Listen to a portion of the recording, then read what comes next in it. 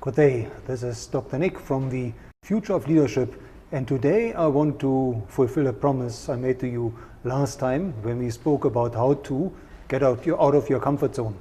Now I promised you that I would share a strategy on how to reinvent yourself and how to reinvent your career. And I think that is most important today as the world is changing ever faster, as technology is changing ever faster, as careers are changing ever faster. And I've been lucky to be changing my career to reinventing myself 5 times over the last 15 years. First from quality management auditor to motivational speaker, then to soccer World Cup consultant, then to LinkedIn master coach, and most recently to the producer of the Future of Leadership forum.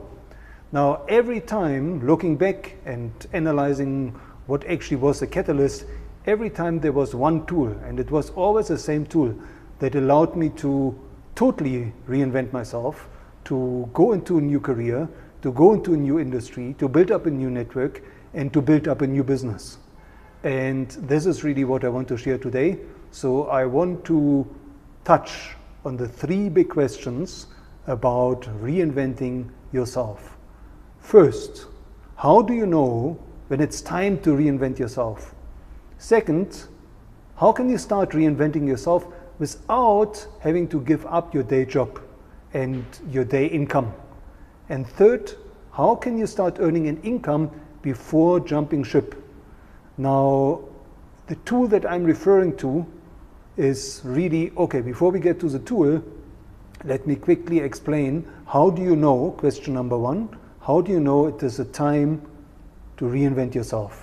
And that's typically when you get that nagging feeling, when you're not satisfied in your current job anymore, in your current occupation, whether that's a corporate job or whether that's an entrepreneurial income, when you feel you're not growing anymore. Typically it's those 2 motivators. You're not growing anymore and you're not contributing anymore. That's really the time, and it's really when you plateau in your life and you plateau in your career, and when you look back and you look at what have you learned, and you take that one key learning and you turn that into a new career. And that's exactly what happened to me. When I was a quality management auditor, I was hitting a ceiling, and in fact at that time in my life, it was a very personal experience. I got divorced. At the same time the company got sold, the directors were retrenched. I, who had always been a very, very fit person, long distance runner at school, all of a sudden I had become almost obese. I went out of shape, and on my 30th birthday I was sitting at home alone, and was looking up and thinking, this cannot be success. So I was looking for what really truly makes for a successful life, and I found great inspiration in the story of King Shaka, the famous Zulu king who had conquered life long before he conquered his empire. And that's when I started writing the first book, Conquer Life, How to Build Your Personal Empire. And that's when I started my career as a motivational speaker, turning the book into a workshop, into a keynote, into programs, into the next book. So it was a very personal learning, and this is typically how to take your life into a new direction, how to reinvent yourself. You have to look back, you have to dig deep, and you have to derive and explore that learning that you have achieved from your previous periods.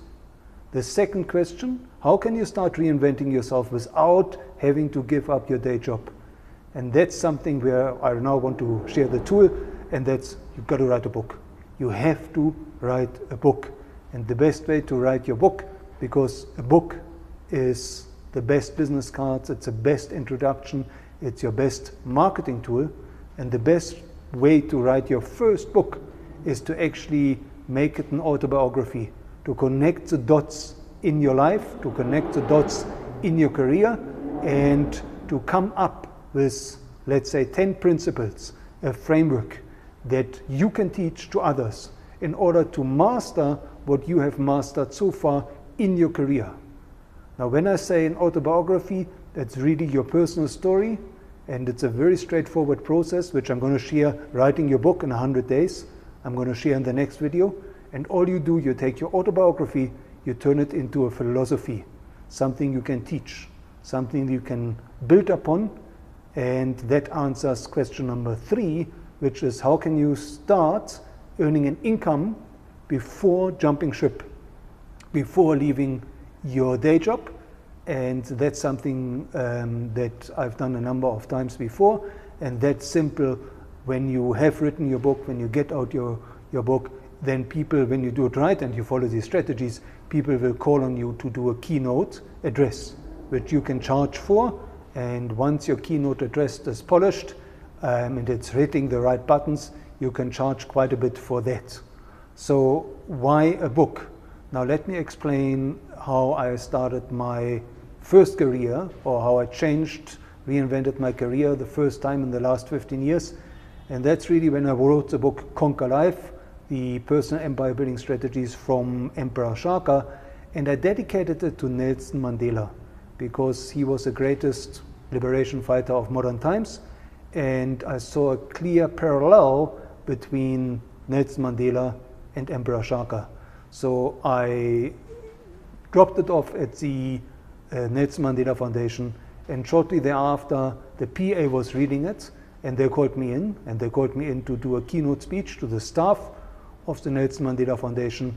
And that launched my career, because then they basically saw King Shaka on the same level as President Mandela, which is as a nation builder.